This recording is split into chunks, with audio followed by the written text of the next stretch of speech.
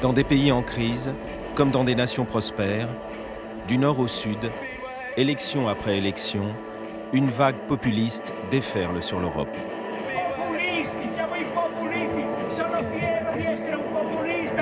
Le populisme prétend parler au nom du peuple, contre ceux d'en haut, contre le système. À tous les problèmes, il offre des solutions simplistes et des slogans chocs. Il désigne des boucs émissaires, toujours les mêmes. Les immigrés, l'Europe, les élites. Il se nourrit des peurs et des souffrances.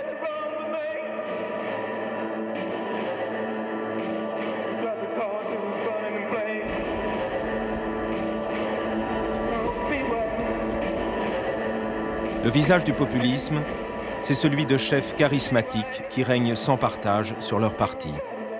La plupart viennent de l'extrême droite, certains de la droite traditionnelle ou de la gauche. Tous se proclament respectables.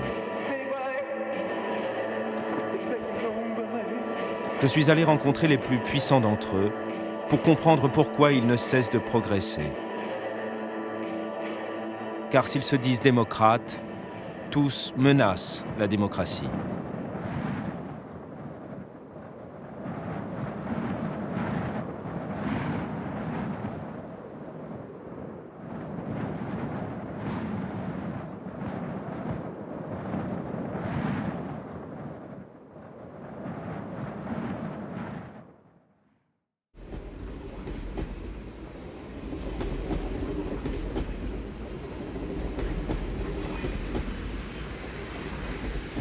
Dans le sud de l'Europe, a surgi le dernier né du populisme, peut-être même son expression la plus aboutie. Un parti marginal, il y a encore un an, a obtenu en février 2013 les voix d'un Italien sur 4. Le mouvement 5 étoiles a fait main basse sur la vie politique de son pays. À Gênes, au milieu de 40 000 de ses partisans, son chef, Beppe Grillo, célèbre l'anniversaire de ce succès inattendu.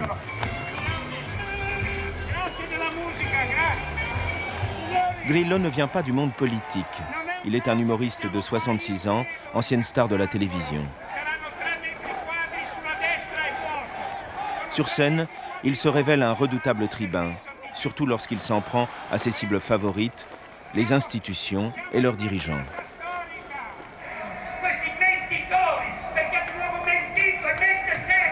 Siamo andati dentro il Parlamento e abbiamo disintegrato quella finta sacralità del Parlamento di gente nominata, di gente prescritta, patteggiata, di P2, di massoni.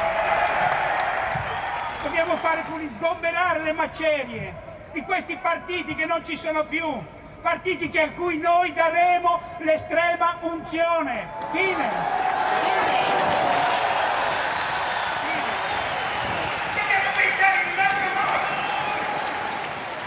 Ci hanno anche chiamato adesso il nuovo termine per definire una platea così, il nuovo termine, populisti. Siamo i populisti. Benissimo, sono fiero di essere un populista insieme a voi. Sono fiero. E allora siamo populisti anche arrabbiati, bene, sì, siamo anche arrabbiati. Une fois encore, Grillo fait mouche. S'il se revendique populiste, c'est qu'il affirme savoir, lui et lui seul, ce que veut le peuple italien. Ciao, vinciamo noi, vinciamo noi. Avec sa classe politique minée par les scandales et la corruption des années Berlusconi, avec ses gouvernants impuissants face à la crise, l'Italie est un terrain favorable à ses idées. Son programme est un fourre-tout, empruntant à l'extrême gauche, mais aussi à l'extrême droite. Grillo est contre l'immigration et pour l'écologie, contre l'Europe et pour la hausse des salaires. Il est à la fois contre les impôts et pour les services publics. Qu'importe les incohérences, Grillo se veut le porte-voix de toutes les colères.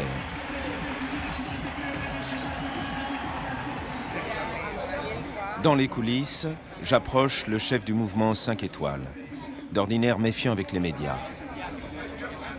Lorsque je l'interroge sur son programme, il botte en touche et m'expose sa vision de la démocratie, la clé de voûte du populisme à la Grillo.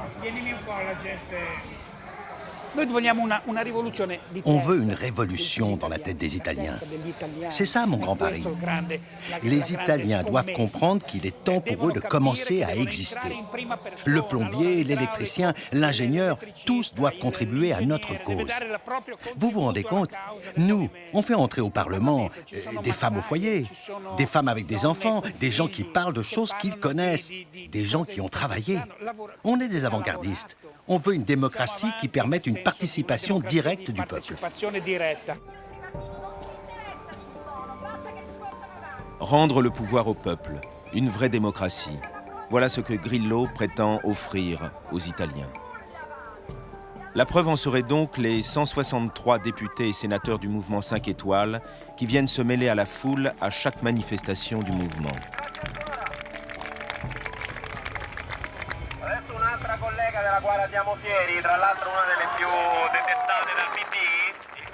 Tous novices en politique, ces parlementaires citoyens ont été sélectionnés par les internautes sur le site de Grillo.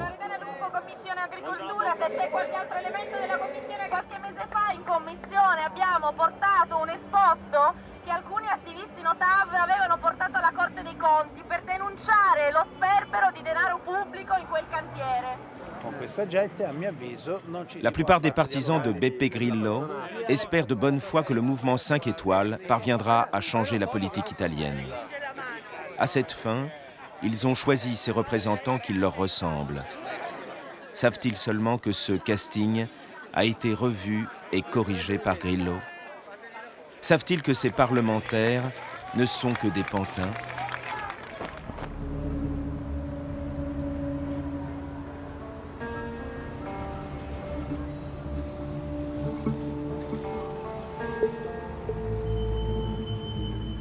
Au Sénat, à Rome, où il représente la troisième force politique, le mouvement 5 étoiles accepte à titre exceptionnel la présence d'une caméra de télévision.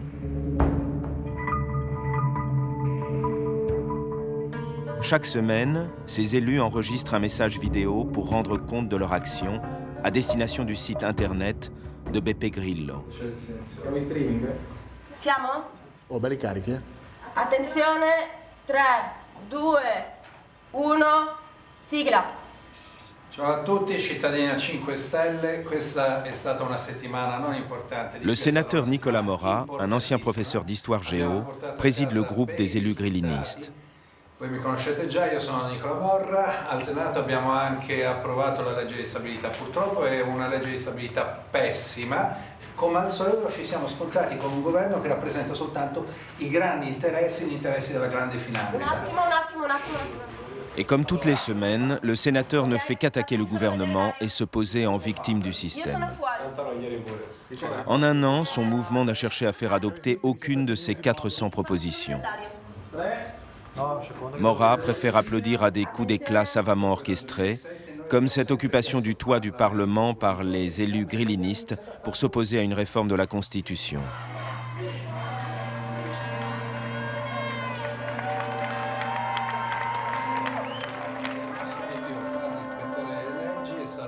En réalité, ce citoyen parlementaire récite une partition écrite par d'autres.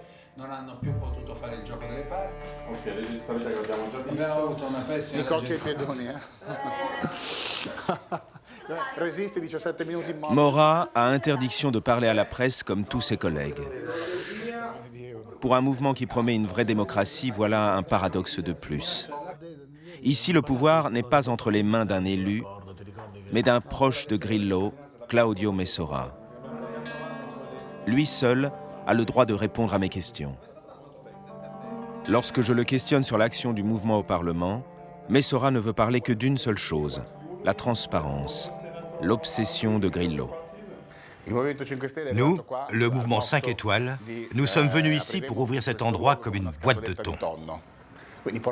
Nous voulons apporter de la transparence dans ce lieu de pouvoir où se prennent les décisions. Il insiste pour m'en donner la preuve. Toutes les dépenses des élus du mouvement sont publiées sur le blog de Grillo, que gère ici l'équipe de Claudio Messora.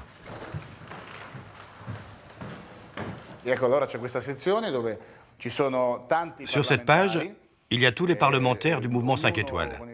Leurs visages sont tous identifiables. On clique sur un parlementaire et on accède au compte-rendu pour voir combien il a dépensé pour vivre à Rome, combien il a économisé.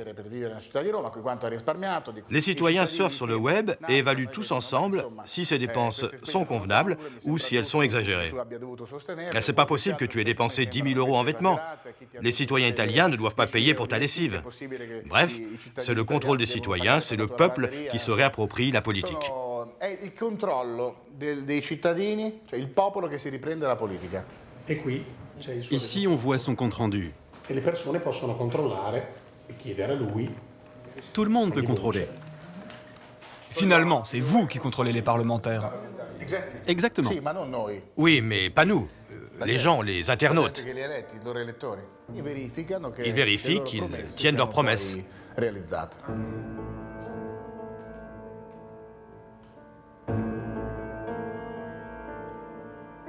Le contrôle de ces parlementaires sert de vitrine au mouvement 5 étoiles. Mais qui contrôle? Les citoyens ou cette cellule de communication qui ne dépend que de Grillo? Cette surveillance, il veut l'appliquer à tous les parlementaires italiens, placer l'ensemble du Sénat sous l'œil de ses caméras.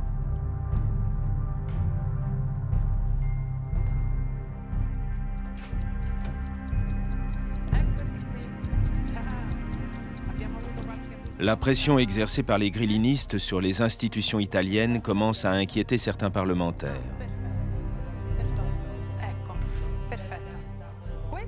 Fabrizia Giuliani est députée de gauche et philosophe.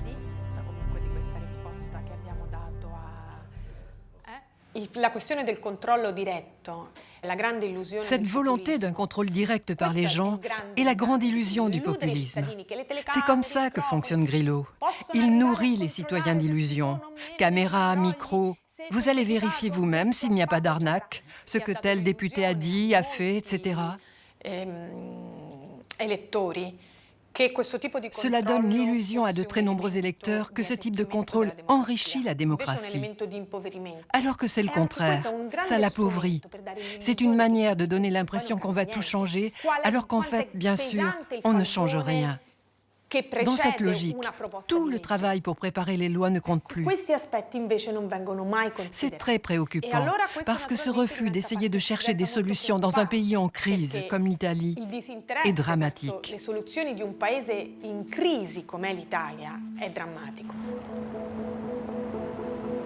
Depuis un an, le mouvement 5 étoiles consacre ses forces à tenter de bloquer les institutions et à combattre toute initiative des autres partis. Grillo interdit toute alliance avec eux, même ponctuelle. Comme il s'en vantait dans son discours, il préfère saper le Parlement. Avec un quart des sièges, il a un pouvoir de nuisance considérable.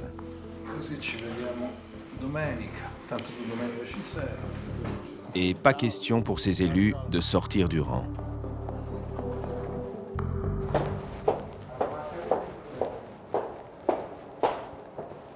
Une sénatrice pourtant a cru pouvoir passer outre.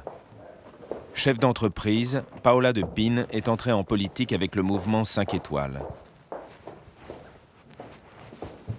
Quelques mois après les élections, elle a écrit à son chef. Elle lui suggérait de soutenir la gauche au Sénat. Celle-ci avait besoin des voix grillinistes pour instaurer une réforme de la loi électorale que le mouvement 5 étoiles réclamait lui-même depuis longtemps. 2 jours plus tard, j'ai reçu un appel d'un monsieur qui me tenait les propos les plus absurdes. Il me disait « Vous ne valez rien ». C'est ce qu'il m'a dit. « Vous ne valez rien, vous ne savez rien ». Il s'est permis de dire « cette prostituée » en parlant de moi. Il a dit que je devais me recentrer, que ce que j'avais écrit n'était pas bien. Comment avais-je pu me le permettre? Et là, je suis restée abasourdie et choquée parce qu'il me semblait que je n'avais rien dit de mal. J'avais seulement proposé une ligne politique qui me semblait juste. Excommuniée par Grillo, la sénatrice annonce son soutien aux réformes du gouvernement de gauche. Sono entrata in Parlamento con la speranza di dare un piccolo aiuto alle persone più deboli e al paese, alle genti della mia terra, veneta, non certo per salire sui tetti del Montecitorio e insultare i colleghi dissenzienti. I vertici con la scusa della fedeltà formale nei confronti di un pezzo di carta, il non statuto, essi hanno compiuto un tradimento sostanziale nei confronti degli elettori che domandavano il cambiamento. Mi scusi, grazie. Il y a une régression vers la violence, vers la brutalité, que je ne comprends pas. Toutes ces idées simplistes. Bien sûr, par le passé, nous avons eu des hommes politiques terribles. Mais il faut croire en nous, croire en l'institution, parce que maintenant tout le monde veut la détruire. Je pense que le citoyen a besoin d'institutions. Il a besoin des personnes qui le représentent. J'ai fini par comprendre que la politique n'est jamais simple. Elle est complexe. C'est l'art de la médiation. C'est l'art du dialogue, de la confrontation. Et maintenant, je repense à cette phrase que j'ai répétée moi aussi au début. Tous à la maison. C'est terrifiant, terrifiant, tous à la maison. Pour les remplacer par qui? Qui devons-nous substituer à tous? Chi è che deve sostituire tutto?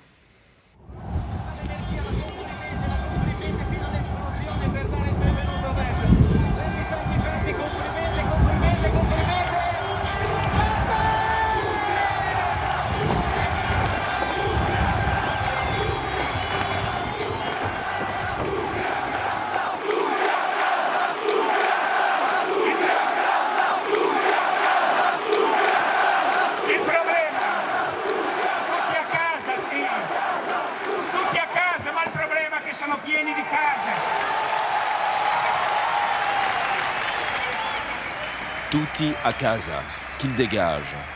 Le mot d'ordre de Grillo.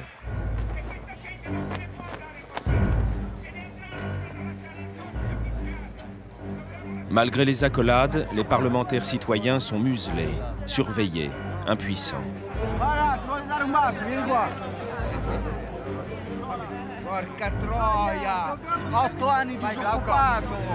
À la suite de Paola De Pin, 4 autres ont été exclus.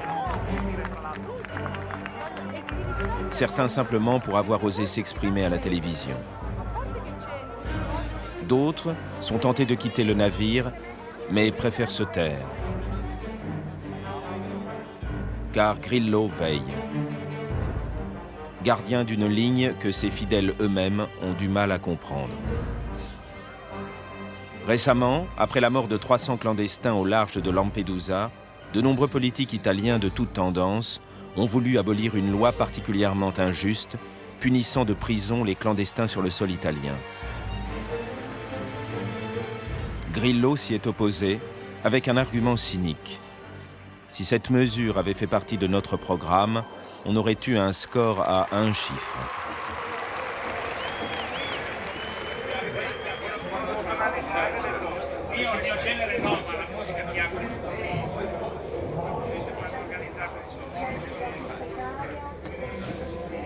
Quel est, au fond, le but véritable de cet homme qui continue de se présenter comme un simple comique en colère?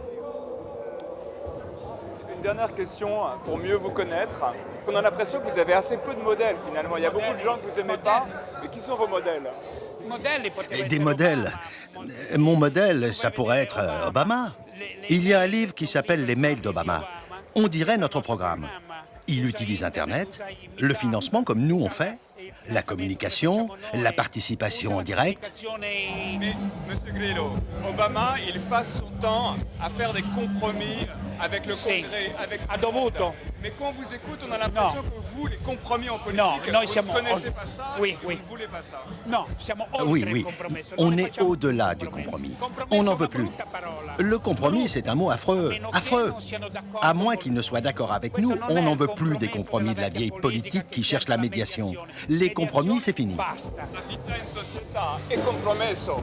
Sans compromis, c'est la violence. Non, non, non, elle n'est pas faite de compromis.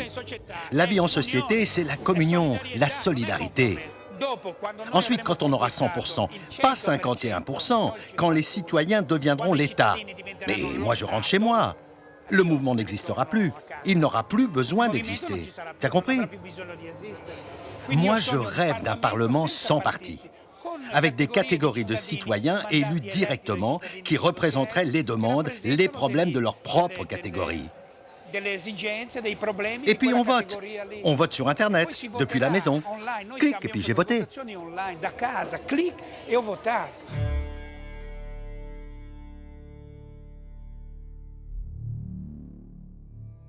Ils disent « nous sommes au-delà ». Mais par rapport à quoi? Se dire au-delà en parlant des forces politiques traditionnelles, ça a peu de conséquences. Mais ce qui n'est pas explicite, mais qui est très dangereux, c'est que Grillo veut dire « je suis au-delà de la démocratie parlementaire ». Qu'est-ce que ça veut dire, être au-delà de la démocratie parlementaire? Son objectif politique, c'est de grandir, grandir, grandir, jusqu'à représenter 100% de l'électorat. Et là, nous ne sommes plus en démocratie. Dans la mémoire italienne, ce sont les fascistes qui disaient ce genre de choses. C'est Mussolini.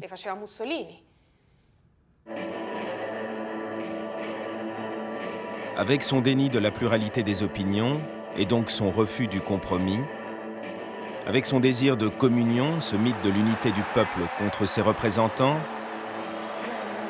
ces catégories de citoyens se substituant à la démocratie parlementaire, enfin ce chef guidant le peuple, le monde rêvé de Beppe Grillo rappelle indubitablement certains traits du fascisme mussolinien des années 20. Un fascisme 2.0 en tout cas, à l'heure d'Internet.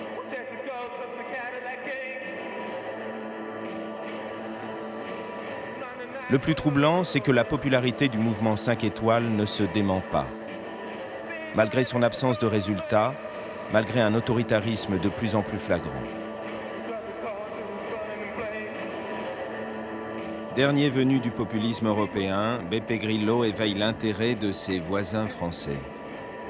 La présidente du plus vieux parti d'extrême droite d'Europe vient saluer à la télévision italienne le chef du mouvement 5 étoiles.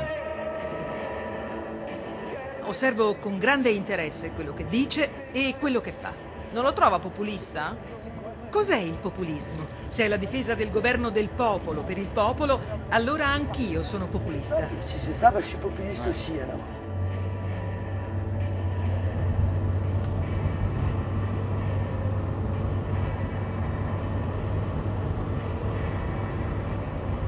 Le virage populiste opéré par Marine Le Pen est-il la clé pour comprendre l'inquiétante progression du Front National? Selon les sondages, ce parti pourrait un jour devenir le premier de France. Le populisme à la française ne ressemble pas tout à fait au populisme italien. Si Beppe Grillo utilise d'abord la crise politique, le Front National joue d'une autre crise.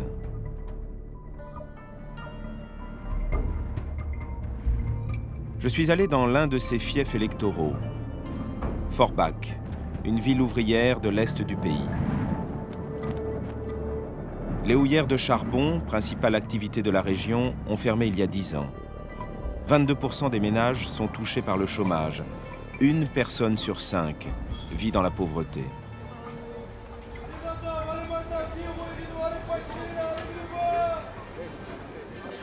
Ma foi, moi je suis au RSA. Ah oui. Très difficile. Ah oui. On fait même les poubelles. C'est pas parce que je suis habillé comme ça, je fais les poubelles, hein, j'ai pas le choix. Hein. Je suis un fils de mineur. Hein. Et grand-père aussi mineur, hein. Tous des mineurs. Allez, au revoir, sur ce, bonne journée. Depuis la fermeture des mines, le Front National a doublé son score. Lors des dernières élections législatives, près d'1 habitant sur 2 a voté pour lui. C'est dans des petites villes comme celle-ci, touchées par la crise, à l'écart des grandes agglomérations, que le Front National concentre ses efforts. Les jours de marché, ces militants sont souvent les seuls à être présents. Ce matin, ils sont 2. Bruno, un ancien mineur, militant depuis 30 ans, et Patricia, une infirmière, nouvelle adhérente venue de la droite. Bonjour. Au long de la matinée, personne ne refusera un tract. Patricia Buckman et Bruno Wiesbach. Remplaçant le Parti communiste, le Front National est devenu le premier parti de l'électorat populaire. Merci. Et voilà. L'ouvrier, le petit ouvrier qui, lui, avec sa petite retraite, il doit se démerder pour arriver à la fin du mois, ou sinon il se trouve dehors, parce qu'il n'arrive pas à payer son loyer. Vous trouvez ça normal?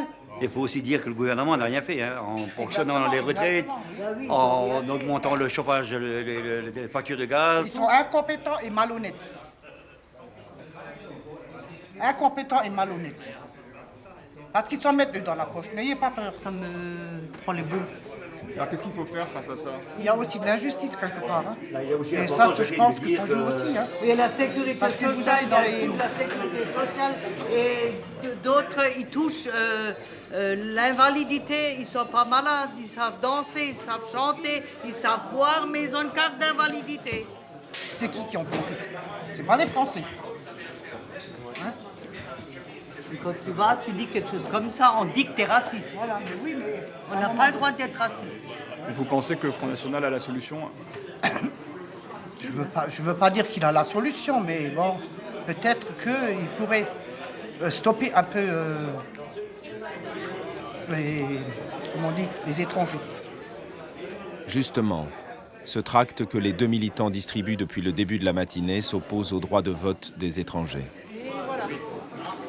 Il y a des questions à poser peut-être? Aux étrangers, mais les étrangers, lesquels vous appelez étrangers? Les personnes, non pas les Italiens, si c'est ce que vous voulez dire. Les Italiens. On parlait des extra-communautaires. Hein. Les extra-communautaires. Voilà. Si vous allez au Lidl, vous verrez des bungalows là, au parking de Lidl. La boulangère m'a dit que tous les jours, il arrivait des bungalows pour loger les Kosovars. Alors qui est-ce qui finance tout ça? C'est où exactement? Certains vont dire que c'est l'État qui finance, mais moi je dirais que c'est les contribuables qui financent. Ah, oui, évidemment. Bien sûr. Il faut bien les loger, c'est des Roms, hein, puisqu'on a fait...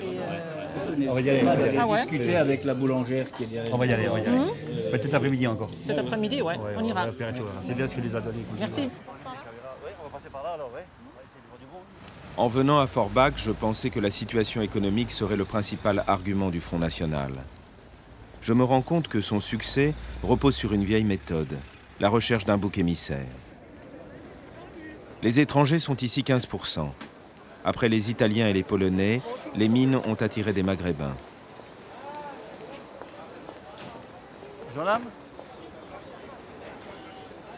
Mais ce jour-là, c'est la peur des Roms et de leurs supposés bungalows que les militants brandissent pour convaincre l'autre moitié des électeurs, celle qui ne vote pas Front National. Ça va être dur pour me convaincre. Ça va être très dur. Hein. Tu verras. Il me connaît, lui. Hein. Il sait comment je suis. Écoute, d'après D'après Marine, elle veut faire nous les douanes, remettre les douanes, et revenir au franc. Et tu te rends compte ce que ça va coûter comme milliard à refaire tout ça. Si on ne remet pas ces frontières, les Roms n'y passent plus. Si on remet les frontières. Selon un autre militant, les bungalows seraient même des chalets, argument qui s'avère efficace. Ils sont en train de construire des chalets, j'ai entendu là. Ouais, Je viens de l'apprendre, moi, là tout à l'heure. On va y aller l'après-midi.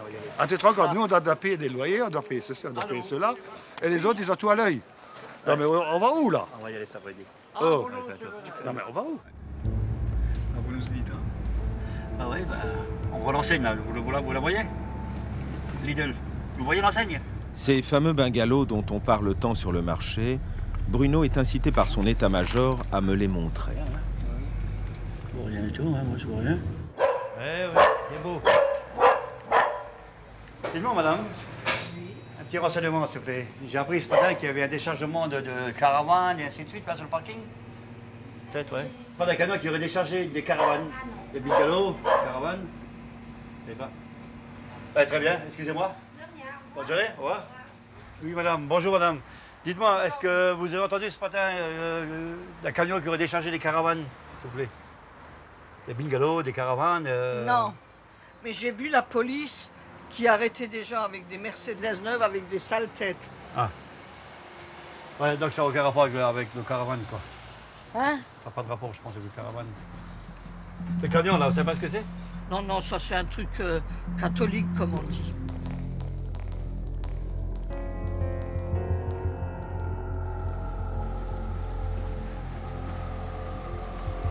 Transport, hein? Pas de bungalow. Mais peu importe. La peur fait recette. Et cela, le Front National le sait depuis longtemps.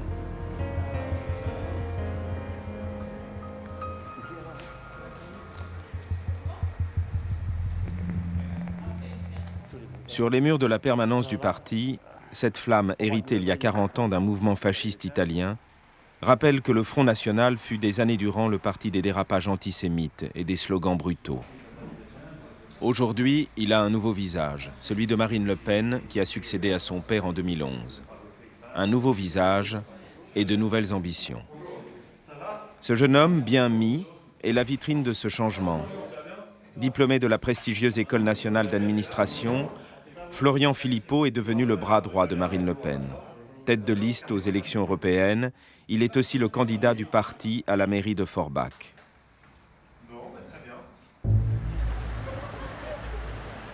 Philippot a doté le Front National d'un programme social supposé répondre aux difficultés engendrées par la crise. Protectionnisme, défense des acquis sociaux, retour des frontières. Il vise à sortir le parti des marges du pouvoir, à lui donner allure plus respectable. Quand on nous dit c'est facile d'être dans l'opposition, oui, vous avez raison, c'est plus facile d'être dans l'opposition. Donc rendez-nous la tâche plus difficile, mettez-nous dans la majorité et au pouvoir. Et là, on vous montrera de ce dont on est capable.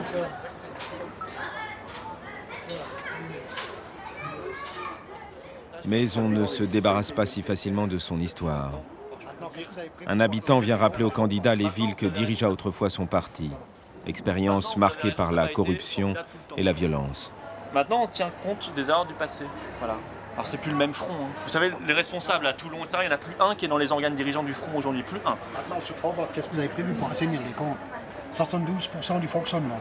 Eh bien, on va faire des économies sur certaines dépenses, certains gaspillages. Lesquelles? Par exemple, des associations communautaristes qui seront plus subventionnées. Voilà.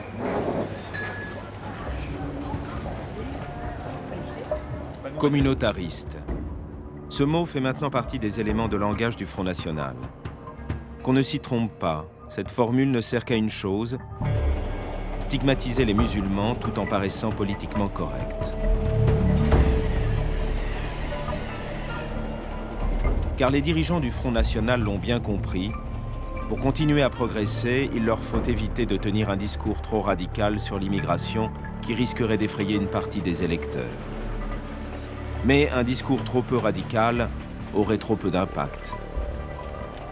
Conjuguer radicalité et respectabilité, voilà en quoi consiste le virage populiste de l'extrême droite française.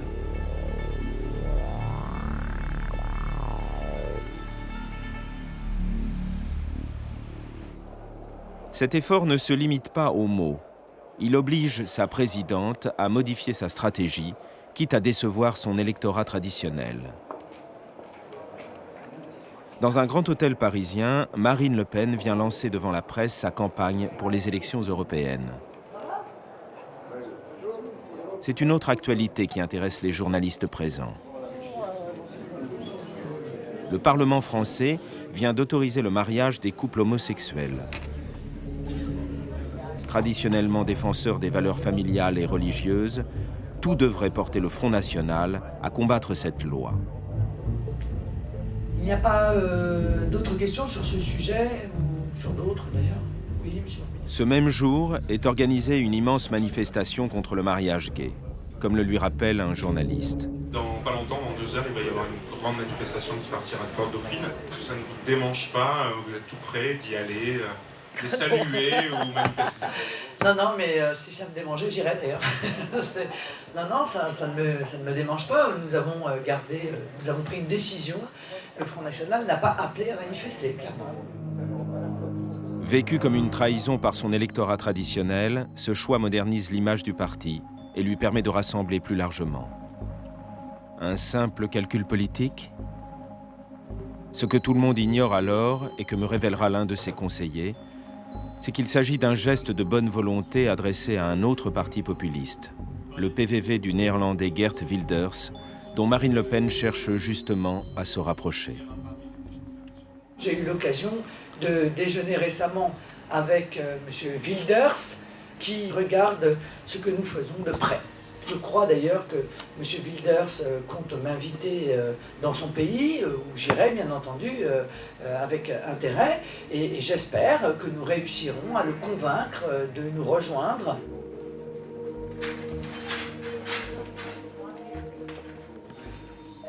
Si Wilders intéresse tant Marine Le Pen, c'est qu'il est l'inventeur d'une formule politique novatrice.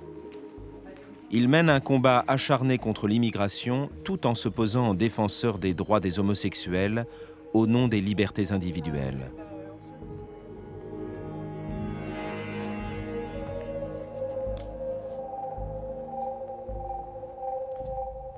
Wilders combine deux dimensions, et c'est ça qui a intéressé Marine Le Pen.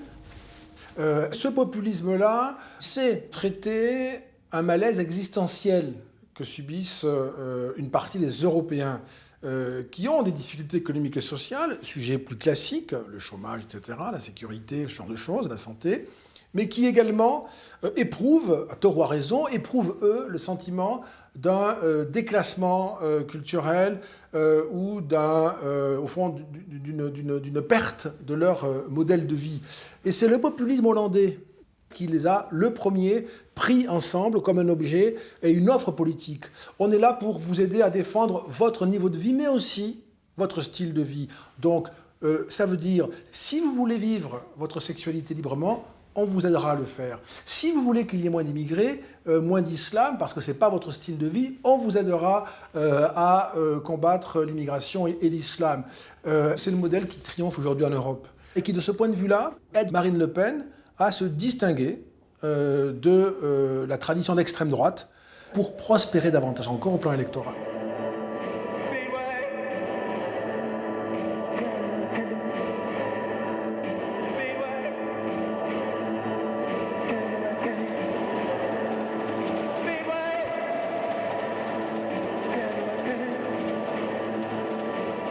Comment peut-on être à la fois d'extrême droite et se revendiquer progressiste et moderne ? Je prends la direction de La Haye, aux Pays-Bas, pour comprendre pourquoi dans ce pays pourtant prospère, le populisme réussit si bien.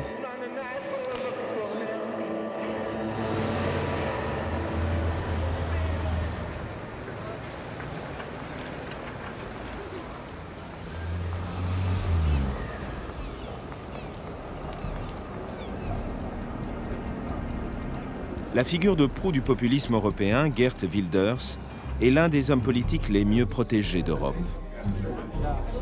À la différence de Beppe Grillo ou de Marine Le Pen, il fait partie intégrante de l'establishment politique de son pays. Dans une salle du Parlement, il vient annoncer qu'il a accepté de s'allier avec le Front National.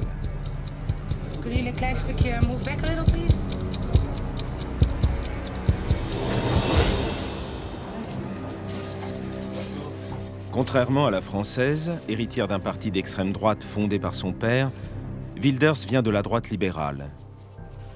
Il fut assistant parlementaire, puis député de centre droit une décennie durant, avant de fonder son propre parti, le PVV, le Parti de la Liberté, en 2006.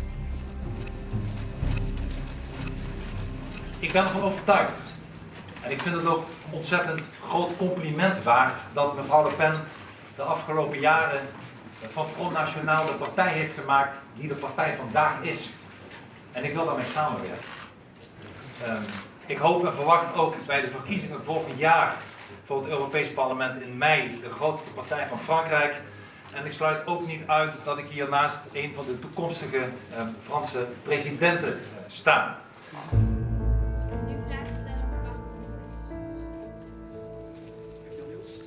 Ce compliment vient d'un homme connu ici pour ses prises de position en faveur des homosexuels, mais aussi de la liberté d'expression, de la laïcité ou du droit à l'avortement. Progressiste, Wilders ? Derrière tous ces combats, il n'a en fait qu'une seule motivation. La haine de l'islam, qui menacerait les libertés occidentales. Ses clips électoraux le martèlent.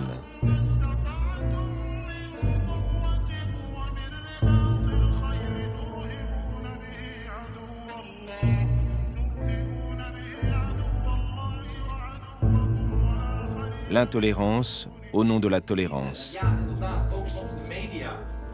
Wilders ne recule devant rien. Il milite ainsi pour l'interdiction pure et simple du Coran. You compare the Quran with Mein Kampf. Why did you feel the need to do that? I believe that the Islam is not so much a religion, but more an ideology. It wants to rule and dominate not only all aspects of one's life, but a whole society. Therefore, it shouldn't be compared to other religions like Christianity or Judaism or Buddhism, but it should be compared with other totalitarian ideologies like fascism. And I believe the symbol of fascism, Mein Kampf, can be compared with the symbol of the other totalitarian ideology, Islam, which is called the Quran.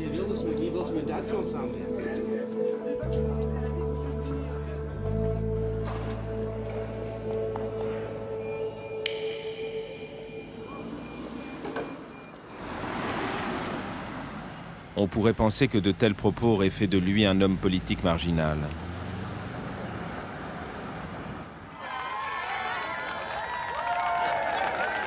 Le PVV est passé de 6% à ses débuts à 16% lors des élections législatives de 2010. Wilders se trouve aujourd'hui en tête des sondages. Il suscite l'enthousiasme lorsqu'il amalgame, comme à son habitude, la critique de l'Europe et son cheval de bataille, le péril de l'islam.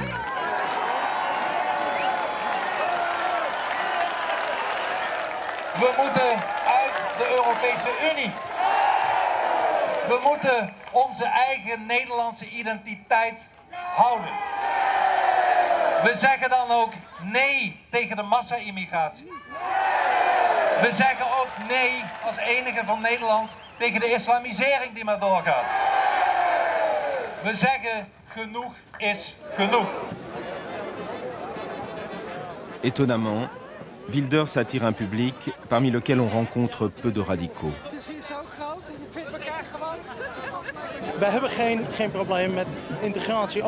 On n'a pas de problème avec l'immigration. Bien sûr, s'ils s'adaptent parfaitement à notre culture et s'ils s'intègrent. Je veux dire ne pas avoir la double nationalité, mais seulement un passeport néerlandais. À cette condition, tout le monde est bienvenu parce que nous sommes une démocratie.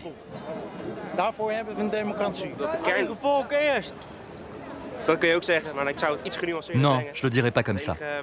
Certaines valeurs qu'ils apportent de leur propre culture ne concordent pas avec notre civilisation occidentale, particulièrement dans un pays ouvert comme le nôtre.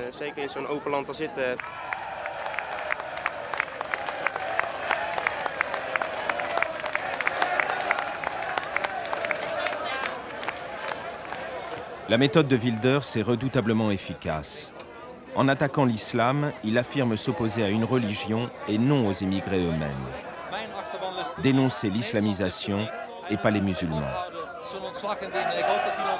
Il évite ainsi d'être perçu comme un extrémiste par les électeurs et par les télévisions. Ses idées simples et chocs se prêtent à un traitement médiatique sans recul, voire complaisant. À la manière de ce présentateur d'une émission politique à la mode de la télévision publique. Wat vind jij zijn beste idee? Nou, Nederland voor Nederland. Nederland voor Nederlander. Ja. Vond Bob dat ook? Ja, vond hij ook. Dat is ook een moslim, hè? Ja, maar dat geeft niet. Die was een andere. Expliquez-moi, c'est comment de couvrir Wilders quand on est journaliste? C'est super. Il y a toujours quelque chose qui se passe quand Wilders est dans le coin. C'est un homme politique qui connaît le jeu, qui sait jouer. Il sait ce que les gens ressentent. Et beaucoup de gens adorent ça. C'est un énorme show. Wilders fait de l'audience, et l'audience fait Wilders. Quelques semaines auparavant, ce journaliste et ses confrères ont couvert un autre show wildersien. Lorsque le chef du PVV a dénoncé la présence en plein milieu de La Haye d'un quartier surnommé le Triangle de la Charia.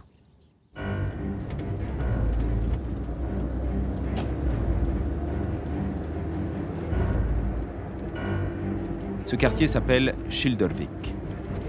À peine un article de journal y avait-il rapporté la présence de 3 mosquées intégristes que Wilders s'y rendait, devant des dizaines de caméras. Hooggeëerd bezoek vandaag in de Haagse Schilderswijk, want Geert Wilders komt hoogstpersoonlijk een kijkje nemen in de inmiddels welbekende Sharia-driehoek. Geert Wilders komt deze dinsdag zelf polshoogte te nemen. Hij krijgt eerst een toelichting op het politiebureau. Het belangrijkste doel van mijn bezoek hier is dat dit van ons is. Dit is een stukje Nederland. Dit is geen Saoedi-Arabië, dit is geen Marokko, dit is geen Turkije. Er wordt gezegd dat de honden onrein zijn en dat hij maar de wijk dat ergens anders moet doen. Dat er geen alcohol, geen varkensvlees mag worden verkocht. Ainsi médiatisée, cette idée d'un triangle de la charia au cœur de la capitale des Pays-Bas peut pénétrer les esprits.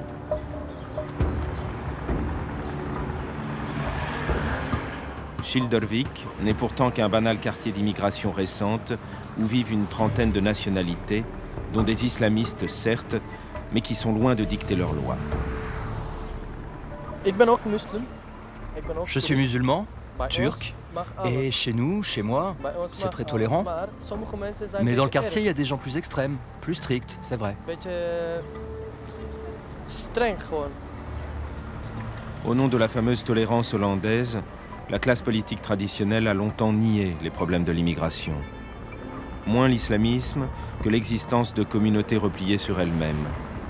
Toutefois, depuis une dizaine d'années, des efforts d'intégration considérables sont faits.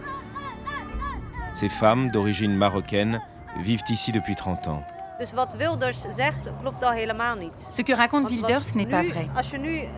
Si vous vous promenez dans le coin, vous verrez presque dans chaque immeuble un lieu où les femmes peuvent apprendre le néerlandais. Donc Wilders raconte des salades lorsqu'il dit que l'intégration ne fonctionne pas, que c'était mieux avant. Je crois même que c'est parce que nous nous intégrons à la société néerlandaise qu'il éprouve le besoin de nous empêcher de progresser.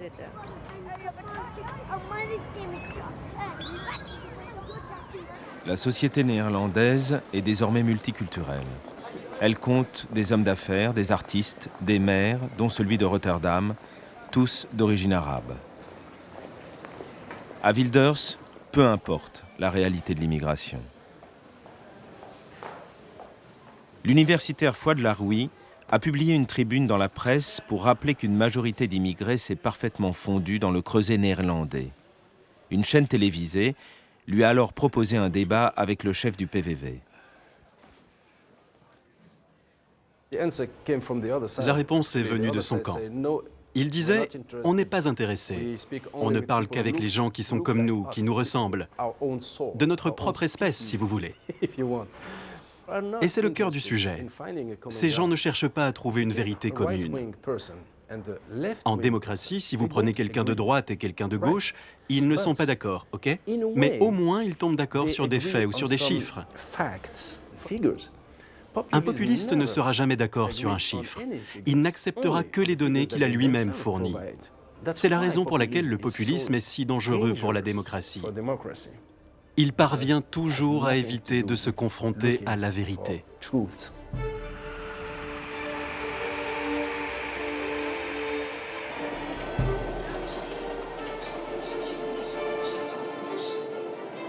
Le succès de Wilders ne tient-il qu'à ses manipulations, qu'à ses outrances? Pourquoi sa stigmatisation de l'islam a-t-elle autant d'écho dans la société néerlandaise? Neil et Piet sont tous deux électeurs du PVV. Elle est retraitée, lui artisan. Ils habitent à 50 km d'Amsterdam, un lotissement moderne entre la ville et la campagne. Un endroit tranquille et prospère. Aux Pays-Bas, pas de crise économique comme en France, pas de souffrance à imputer aux étrangers. D'ailleurs, dans ce quartier, il n'y a pas d'immigrés.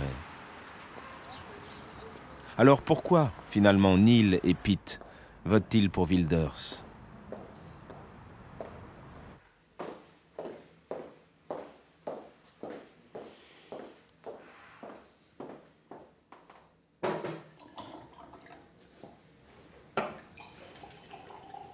On ne panique pas. Oui, on se sent heureux et chanceux ici. Ce n'est pas une obsession, mais on voit bien que notre pays n'est plus le même. C'est vrai, ils devraient s'adapter à notre culture et laisser leur propre culture derrière eux. Moi, je crois que dans 20 ans, 25 ans, l'identité néerlandaise aura complètement changé. Je ne reconnaîtrai même plus les Pays-Bas.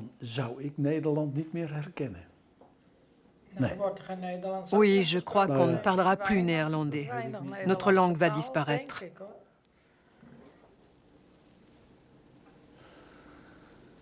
Vous parlez d'identité, mais parlez-moi d'un événement historique qui, pour vous, symbolise votre pays. Het meest historisch moment.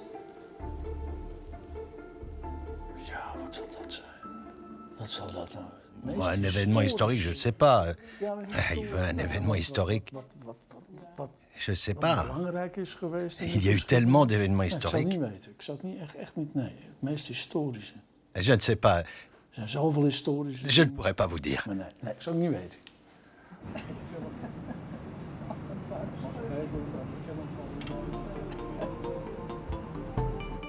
Cet embarras est révélateur.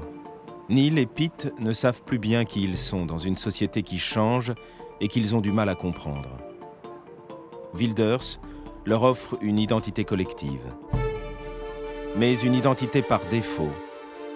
Être néerlandais, ce serait donc ne pas être musulman. Cette quête identitaire est partout en Europe l'une des premières raisons du vote pour des partis populistes.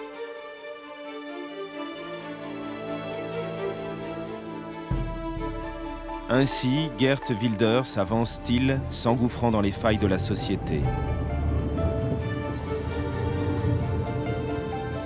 Au Parlement, ce maître étalon du populisme a fait de son parti une force incontournable, grâce à son habileté à suivre l'opinion, à virer de bord au gré des circonstances. Avant la crise de 2008, il était libéral et pour l'État minimum. Désormais, il défend le contraire, un État-providence fort. Favorable à l'Europe à ses débuts, anti-européen désormais.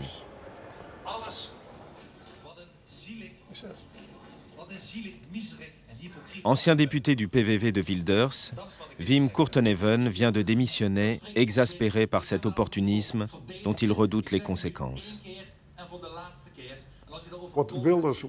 Ce que Wilders veut vraiment, c'est arriver au pouvoir. Ce n'est pas quelqu'un qui dévoile ses intentions du premier coup. Il planifie les choses pas après pas.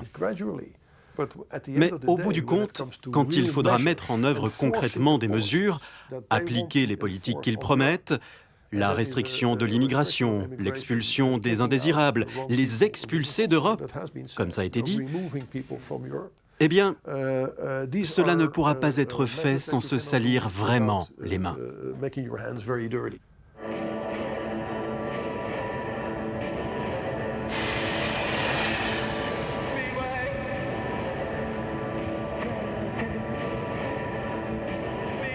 En progression dans les enquêtes d'opinion, il n'est pas impossible que l'habile Geert Wilders devienne un jour le Premier ministre des Pays-Bas.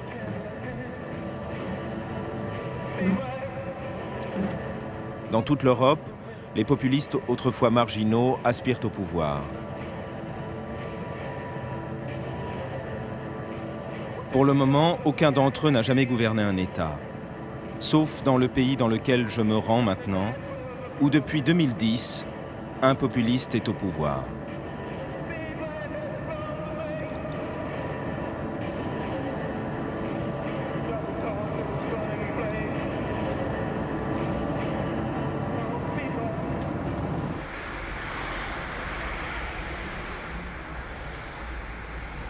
Budapest est en pleine fête nationale. La Hongrie commémore la révolte de 1956 contre l'occupant communiste. Pour l'occasion, l'extrême droite est dans les rues. Ces motards qui défilent s'appellent les motards Goy. Goy, c'est-à-dire non-juifs. Sur leur dos, ils arborent le drapeau de la Grande Hongrie d'avant 1918. Ils sont proches du parti Jobbik dont ils rallient le meeting.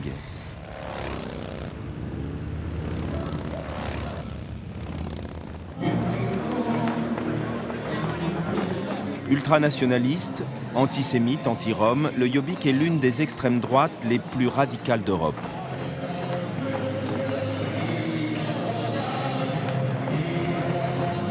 Il dispose d'un bras armé, la garde hongroise, auteur de pogroms contre la minorité rome, soupçonnée de meurtre.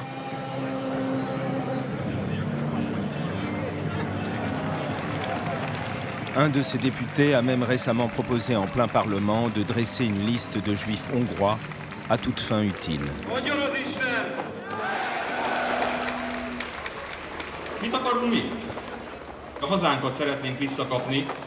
Ne az Európai Unió, a multinacionális tőke, a nemzetközi vállalatok és a nemzetközi háttérhatalomnak a lábtörlő.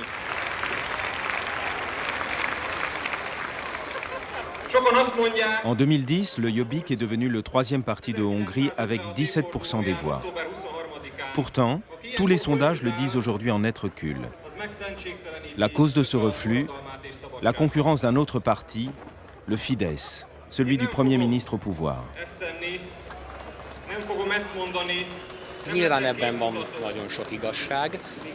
On voit bien que le Fidesz de Viktor Orban reprend certains points de notre programme. Il va dans le sens de nos électeurs. Bon, pour nous, ce n'est pas un gros problème, car au moins notre programme se réalise.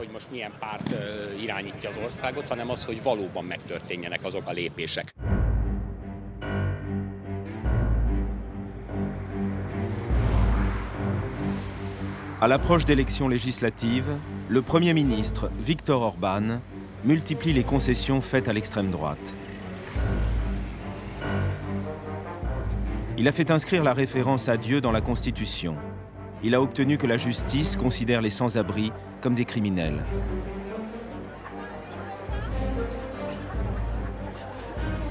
Ce jour-là, Viktor Orban tient aussi son meeting sur l'autre rive du Danube.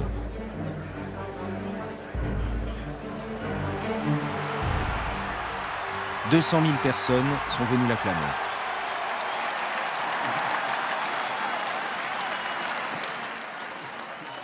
És a magyar földet végleg magyar kézben tartjuk.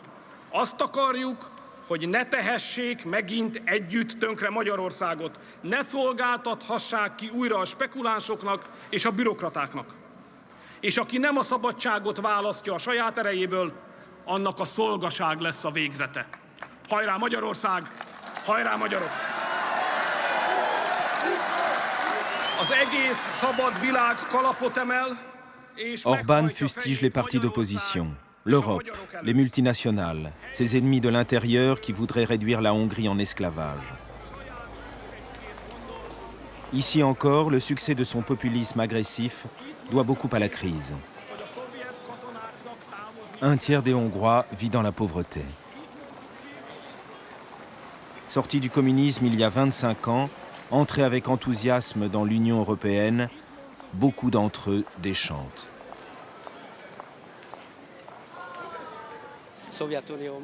L'URSS a imposé sa politique à la Hongrie par la force.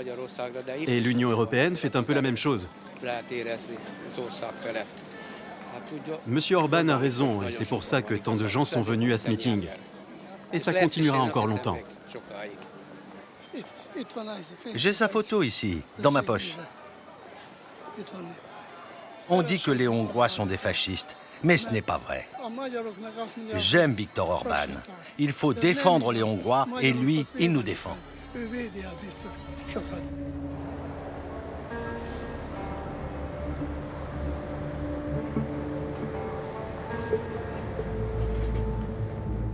Orban est-il un opportuniste flattant le nationalisme de son peuple ou un dictateur en puissance ?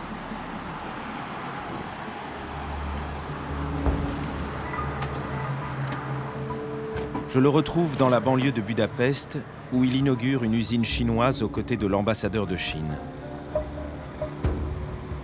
Orban n'a pas toujours été un populiste.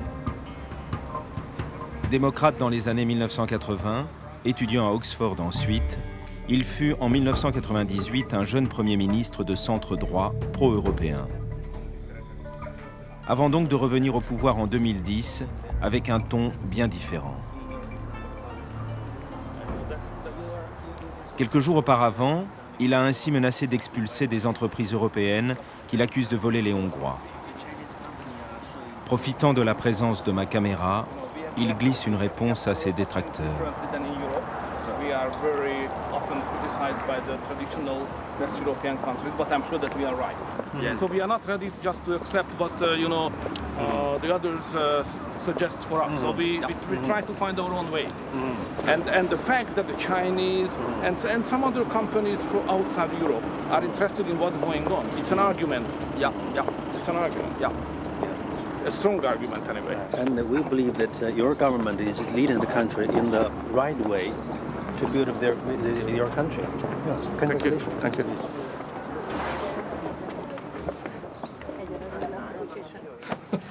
As a former leader, Deng Xiaoping used to say, don't debate too much, let's do it.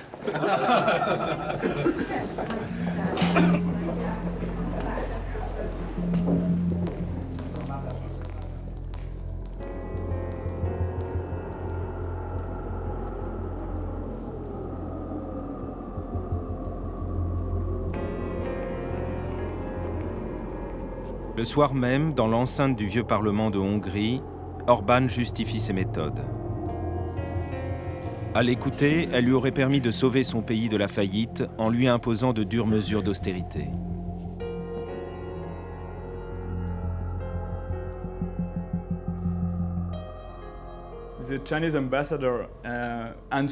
L'ambassadeur chinois a cité Deng Xiaoping.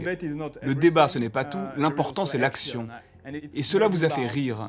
Que pensez-vous de cette citation ? Le point important, c'est que les Chinois, eux, sont efficaces. Et si nous aussi, les Européens, on faisait... Enfin, il faut conserver nos valeurs démocratiques et nos procédures démocratiques. Quand tout va bien, en particulier l'économie, les institutions suffisent. Des gens très sympas sont Premier ministre, ils ne font pas grand-chose, les institutions fonctionnent, tout va bien en Europe. Mais maintenant, nous vivons à une époque de crise. Et l'exercice du pouvoir par les institutions n'est pas suffisant. Ce dont nous avons besoin, c'est de pouvoir personnel. Et les gens comme moi, qui essaient de diriger leur pays de manière personnelle, sont souvent dépeints comme des gens dangereux, des Poutines, ce genre de choses. C'est une erreur. Insuffisance des institutions, pouvoir personnel. La Hongrie d'Orbán ne serait-elle pas en train de tourner le dos à la démocratie ?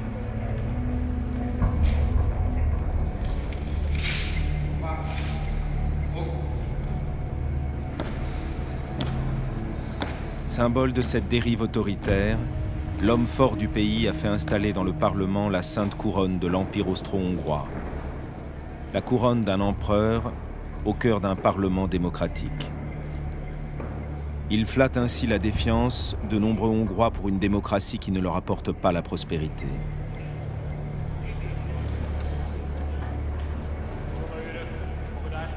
Disposant d'une écrasante majorité, Orbán a entrepris de modifier la Constitution pour mettre sous tutelle la justice et la Cour constitutionnelle et limiter la liberté d'expression.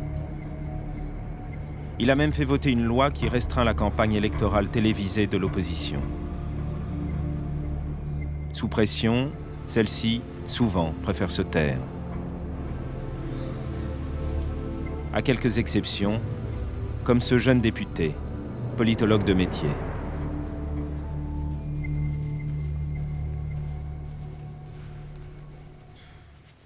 La Hongrie est-elle encore une démocratie ? La Hongrie n'est plus une démocratie, mais pas encore une dictature. C'est une sorte de démocratie dirigée, comme on dit par exemple de la Russie de Poutine. Les règles formelles de la démocratie existent. Des élections, la liberté de la presse, mais en réalité le pouvoir est concentré autant dans la politique que dans l'économie et les médias. Et cela ne permet pas une vie démocratique équitable. Le système électoral a été modifié au profit du Fidesz. Il n'y a plus de médias libres en Hongrie. La télévision publique, les journaux grand public et les chaînes commerciales sont sous l'étroite dépendance du gouvernement. En pratique, Le Fidesz prive les syndicats, les ONG, les partis de toute possibilité de s'opposer réellement à ce gouvernement.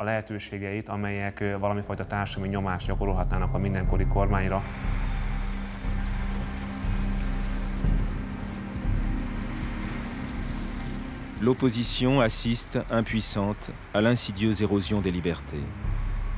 Car Orban sait détourner l'attention en jouant d'une carte maîtresse, le nationalisme. Lorsqu'en 2014, un député d'extrême droite s'est débarrassé en plein hémicycle de la bannière de l'Europe, le Premier ministre n'a pas réagi.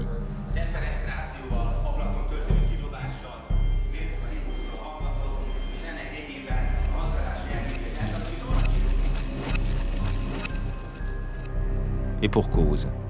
Sur la façade de l'édifice, il venait de faire retirer le drapeau européen pour le remplacer par celui de la Transylvanie, une petite région de Roumanie qui appartenait, il y a un siècle, à la Hongrie.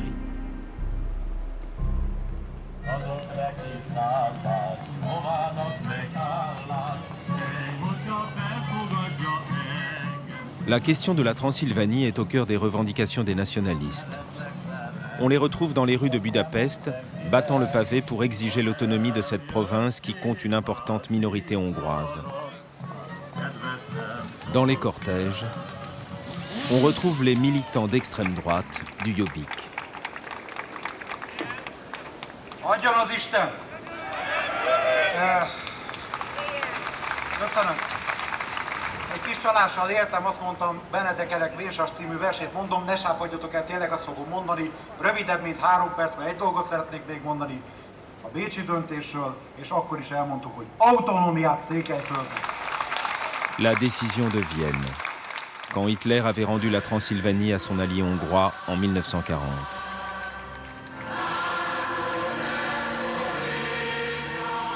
Contrairement aux apparences, l'initiative de cette marche ne revient pas seulement au Jobbik, mais aussi à cet homme, membre et fondateur du parti de Viktor Orban, dont il est un ami proche. Az a nyelv eltűnik. És ha egy nyelv eltűnik, akkor eltűnik az a nemzet is, amelyik azt a nyelvet beszélte. Éljen a székely autonómia! Köszönöm szépen!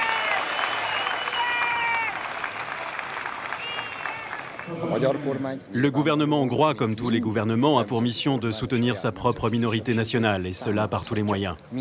Viktor Orban ne soutient pas officiellement cette manifestation, mais comme je connais bien le Premier ministre, je suis sûr que son cœur et son âme sont avec nous.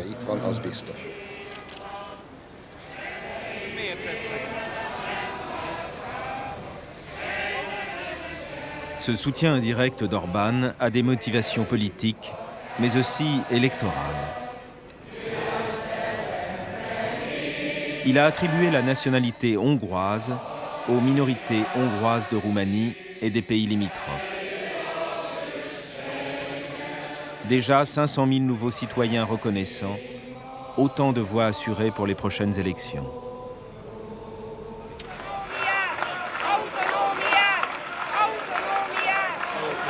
Le nationalisme au service de ses intérêts.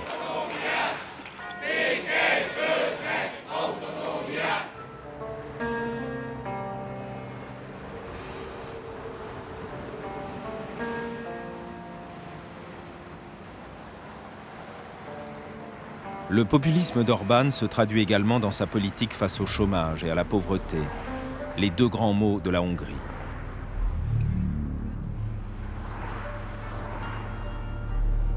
Salgótarján, dans l'est du pays, est une ville industrielle fortement touchée par la crise. Pour éradiquer le chômage, le gouvernement a repris une autre vieille idée du Jobbik, contraindre tous les chômeurs à travailler.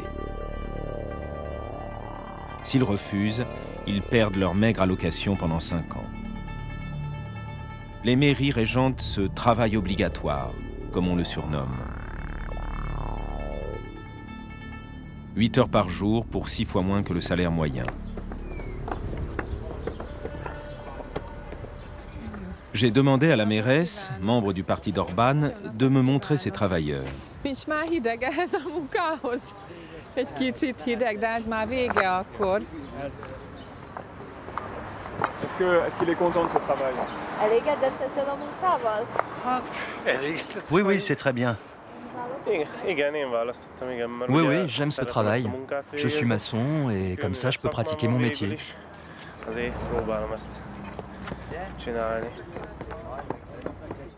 Madame le maire a oublié que son micro était ouvert.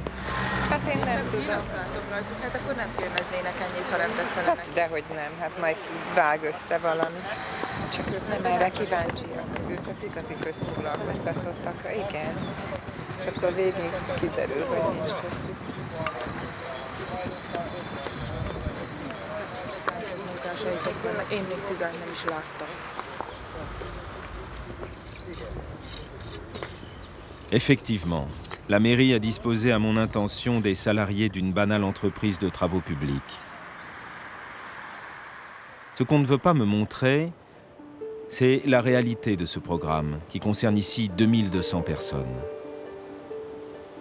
Ces vrais travailleurs obligatoires sont en majorité des Roms. Les mairies leur confient souvent les tâches les plus ingrates et les plus inutiles. Rejetés par la population, discriminés, victimes des violences de l'extrême droite, ils représentent 5 à 8% de la population hongroise. À Salgótarján, les 3/4 d'entre eux sont au chômage, premiers touchés par les vagues de licenciements post-communistes. Avant d'être au chômage, je nettoyais les bureaux. Vous aviez d'autres choix que ce travail communal? Les usines ont fait faillite, donc ce travail communal est la seule possibilité. Elle espère à la fin de ça faire une formation et trouver un autre travail. Je peux toujours espérer. L'espoir meurt en dernier, mais il y a peu de chance. Vous pensez faire ça le reste de votre vie? Tel que je vois la Hongrie, je pense que oui.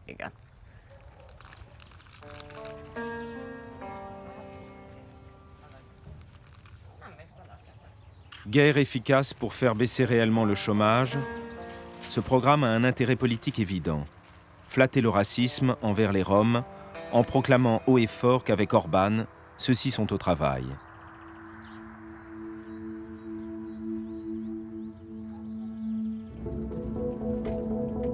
Autre paradoxe pour un Premier ministre anti-européen, un tel programme serait impossible sans les aides de l'Union européenne. À Salgótarján, 80% des actions de la mairie en dépendent. La méthode d'Orbán lui réussit. Il est favori des élections d'avril 2014 qui le verraient au pouvoir pour 4 ans de plus.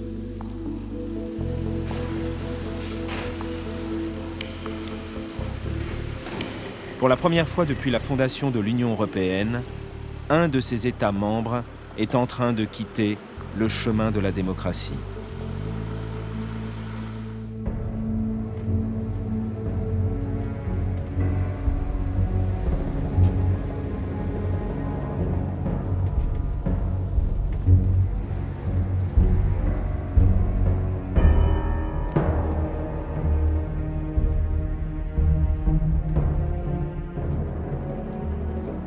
Dernière destination, le Parlement européen, le symbole de cette Europe que les populistes vouent aux gémonies. Cette Union soviétique européenne, comme tous la surnomment.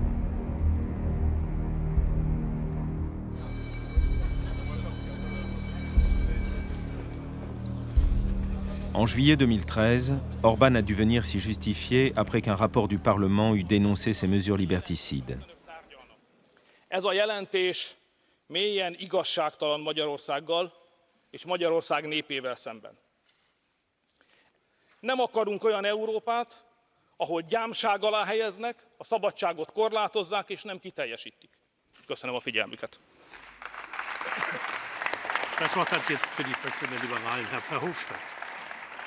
The only interest you are defending is your own interest, your own political interest. What we are defending here is Hungarian democracy and the interest of the Hungarian citizens. Orbán a été contraint de revenir sur ces mesures les plus contraires aux traités européens. La Hongrie aurait pu en outre être lourdement sanctionnée, privée de son droit de vote. Mais Orbán a un puissant protecteur.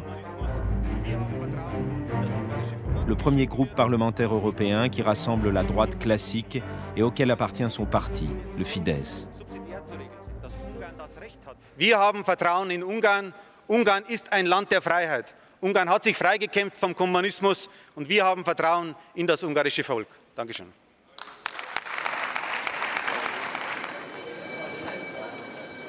Vous pensez qu'il va tenir ses engagements? Vous lui faites confiance? Je n'ai aucun motif de ne pas avoir confiance en Orban. Il a toujours accepté les demandes qui lui ont été faites. Ok. À ce propos, je voudrais vous montrer quelque chose. A világban van egy táncrend. A diplomáciában ezt a táncot, ezt a pávatáncot az elutasító. Tehát úgy kell előadnunk, mintha egyébként barátkozni szeretnénk. Tehát ezek azok mondjuk a politika művészetéhez tartozó mozdulatok, amelyek majd a 7 javaslatból 2-3-ra, amit úgyis megcsináltunk, már csak ők nem vették észre, rábólintunk, és a maradék 2-re, amit még nem akarunk, azt pedig úgy utasítjuk el, hogy a többségét tulajdonképpen elfogadtuk. Ez egy bonyolult játék, ha megengedik, most ennek a szépségeivel nem szórakoztatom önöket a továbbiakban. What do you think about that? Mais c'est parfaitement acceptable de la part d'un Premier ministre. Pardon, mais un Premier ministre librement élu n'a pas à obéir aux ordres de Bruxelles lorsqu'il y a un différend sur des questions juridiques. C'est le droit du peuple hongrois et de ses représentants élus de décider ce qu'ils veulent. Le résultat peut ne pas plaire à la gauche ici, mais les citoyens hongrois ont tout de même donné une majorité de 2/3 dans une élection libre à Orban. Il a donc le droit d'utiliser cette majorité pour gouverner son pays. Un mois seulement après cet entretien, Orban a fait voter une nouvelle loi contraire aux règles européennes. La détention préventive illimitée, sans jugement, pour les suspects de crimes. La danse du pan, encore. L'orateur qui a tancé le Premier ministre hongrois s'appelle Guy Verhofstadt. Que répond-il à Orban et à ses soutiens, mais aussi à tous ces populistes d'Europe pour qui la démocratie en somme pourrait se définir ainsi, obtenir 51% des voix et faire ensuite ce que l'on veut? Non, on ne fait pas ce qu'on veut. Ce n'est pas la dictature de la majorité. Il y a des valeurs à respecter, il y a des minorités à protéger, il y a des libertés à garantir. Un individu dans un pays qui est dominé par une partie politique qui représente plus que 90% de l'électorat, même dans ce pays-là, les droits individuels de cet individu doivent être respectés. Ça, c'est la démocratie. Ça, c'est le sens de la démocratie en Europe. Donc, petit à petit, ça veut dire que ce n'est pas inimaginable d'avoir une Union européenne qui n'est plus basée sur la démocratie, l'état de droit, mais sur l'une ou l'autre régime autocratique.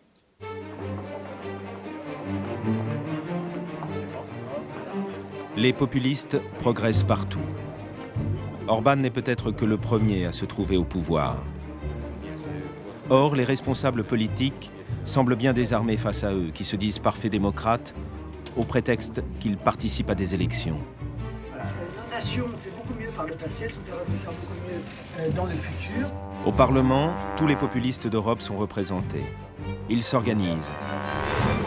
Ils s'allient pour constituer, après les élections européennes, un groupe parlementaire. S'ils obtenaient 25 sièges de 7 pays différents, ils recevraient des centaines de milliers d'euros et des moyens accrus de faire entendre leur voix. Dans les couloirs, un homme se pavane, Nigel Farage, le chef des populistes britanniques de UKIP.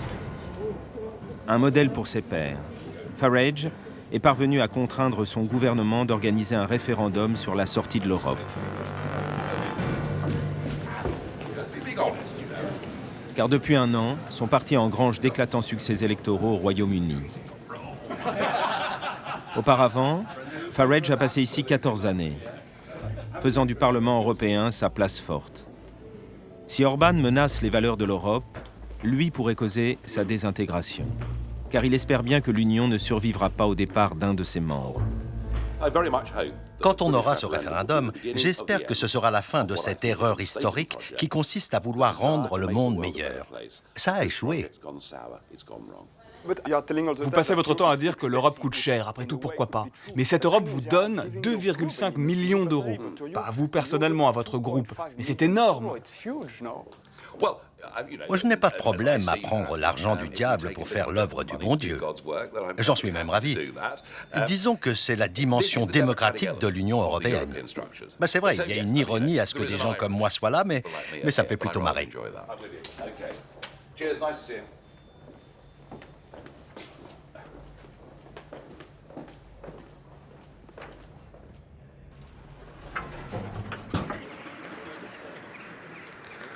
Une menace plane sur l'Europe. Il y a 2 siècles, le philosophe Tocqueville écrivait « Le premier risque de la démocratie, c'est la tyrannie de la majorité. » Aujourd'hui, ce danger a un nom, le populisme.